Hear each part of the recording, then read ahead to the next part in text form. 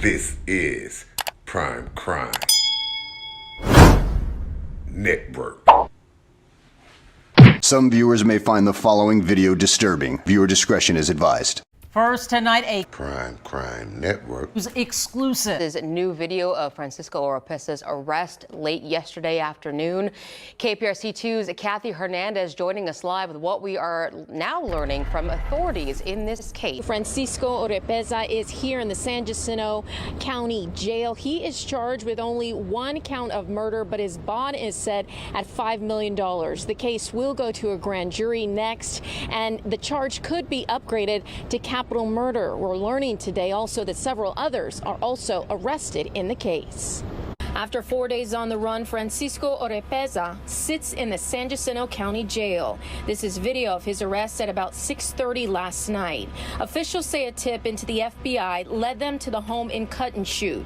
Officials say Oropeza was found hiding in a closet under a pile of laundry. The U.S. Marshals, DPS, and the U.S. Border Patrol Tactical Unit arrested him without incident. It's unclear who owned the house or if anyone else was inside at the time of the arrest. We just want to thank the person who had the courage and bravery to call in the suspect's location. Two others have been arrested, including a friend and his wife, Divamara Nava. She is charged with hindering apprehension and prosecution of a known felon. She was providing him with material aid and encouragement, food, clothes, and had arranged transport to this house. Oropeza is accused of shooting and killing 5 of his neighbors in San Jacinto County on Friday night. The youngest victim was only 9 years old. They apparently asked him to stop shooting his AR-15 in his front yard, or at least close to the house, as a newborn baby was sleeping. 5 others inside the home survived. D.A. Dillon says he hopes he can bring them justice. This is an unspeakable murder, unspeakable tragedy. But Mr. Oropeza will be held accountable. And I want to be able to look that family in the eyes and say that justice was done at the end of this. Oropeza's wife was arrested near the home where he was arrested in Cut and Shoot, Montgomery County. She is now being held on a $250,000 bond. As for his friend, he is here in the San Jacinto County Jail, and he, for now, is only charged with possession of marijuana. Right now, it is unclear on his role in the entire case. A sigh of relief, though. His wife is now facing charges for helping him. It was at this home that authorities finally captured accused mass shooter Francisco Oropeza hiding under laundry in a closet. That arrest happened within an hour of authorities getting an anonymous tip late Tuesday that led them to the home near Conroe, about 20 miles away from Cleveland, Texas. I just didn't even know it was going to be across the street from me. Wow. Yeah, I was really scared. Oropeza is accused of killing 5 people after they asked him to stop shooting his gun Friday night. But he eluded law enforcement ever since.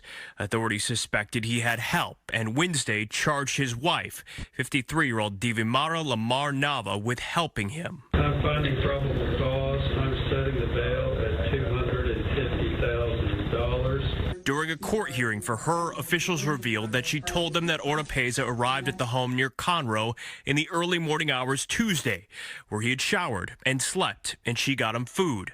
Officials say she also admitted to delivering a message to Oropeza's cousins on his behalf, asking for help getting to Mexico, but they said no. Depending on the way you looked at it, depending on the facts that we developed from the investigation, she may have hindered in the venue of Montgomery County. She may have hindered in the venue of San Jacinto County.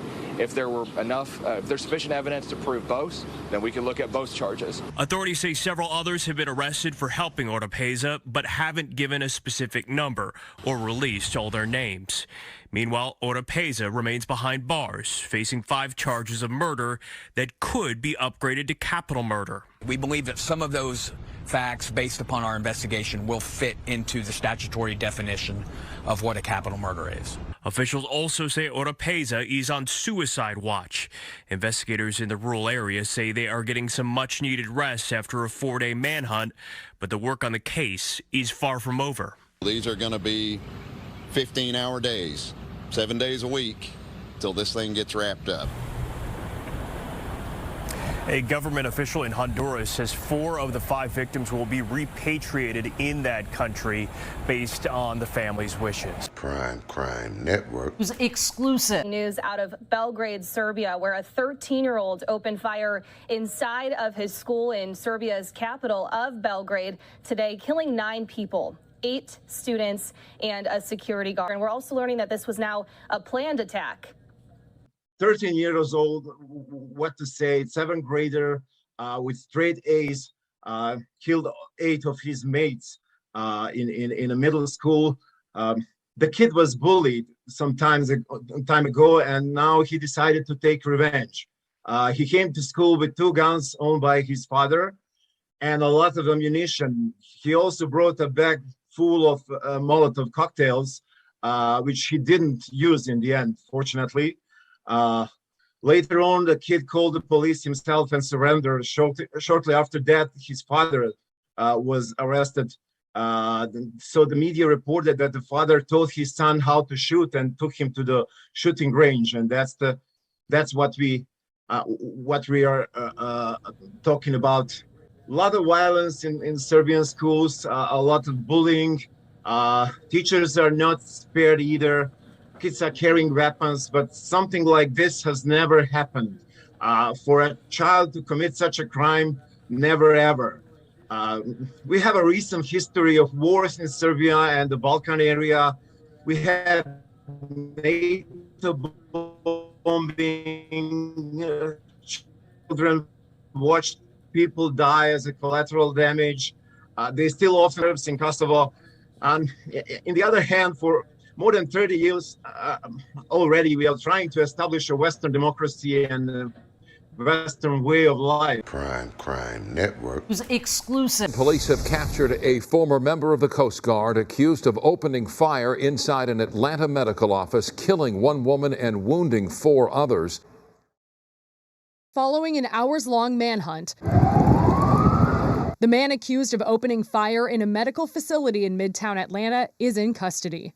He will be charged and stand trial for his crimes. Investigators say 24-year-old Dion Patterson had an appointment at this facility. When he went in, he pulled out a handgun and started shooting. He shot 5 women in a waiting room, killing 38-year-old Amy St. Pierre and wounding 4 others, aged 25 to 71. They are still in the hospital. He spent about maybe 2 minutes inside the building where he then exited on foot. And what we were able to pick up on the camera network system is that he went to a Shell gas station where he commandeered a vehicle. That pickup truck was left running unattended, and he took that vehicle. This is where emergency responders work together using Atlanta's Operation Shield. Some 3,000 cameras across every zone of the city, networked in real time to the Atlanta Police Department. They used a license plate reading system to give them an idea of where that suspect went. Technology played a huge role, but technology doesn't do any good without people who are determined to capture an individual that would do something like this. And today we saw where those 2 things came together in an amazing way. Following a tip from a 911 call, an undercover officer confronted the suspect in an apartment complex. He was taken into custody without incident. We have a national epidemic on gun violence in America, and we have a serious problem with how we are treating mental health in this nation. One thing we know is that it doesn't have to be this way. The mayor went on to say we need better red flag laws and universal background checks. The shooter is a former member of the Coast Guard. Officials say he was discharged in January, but would not comment further on his mental health.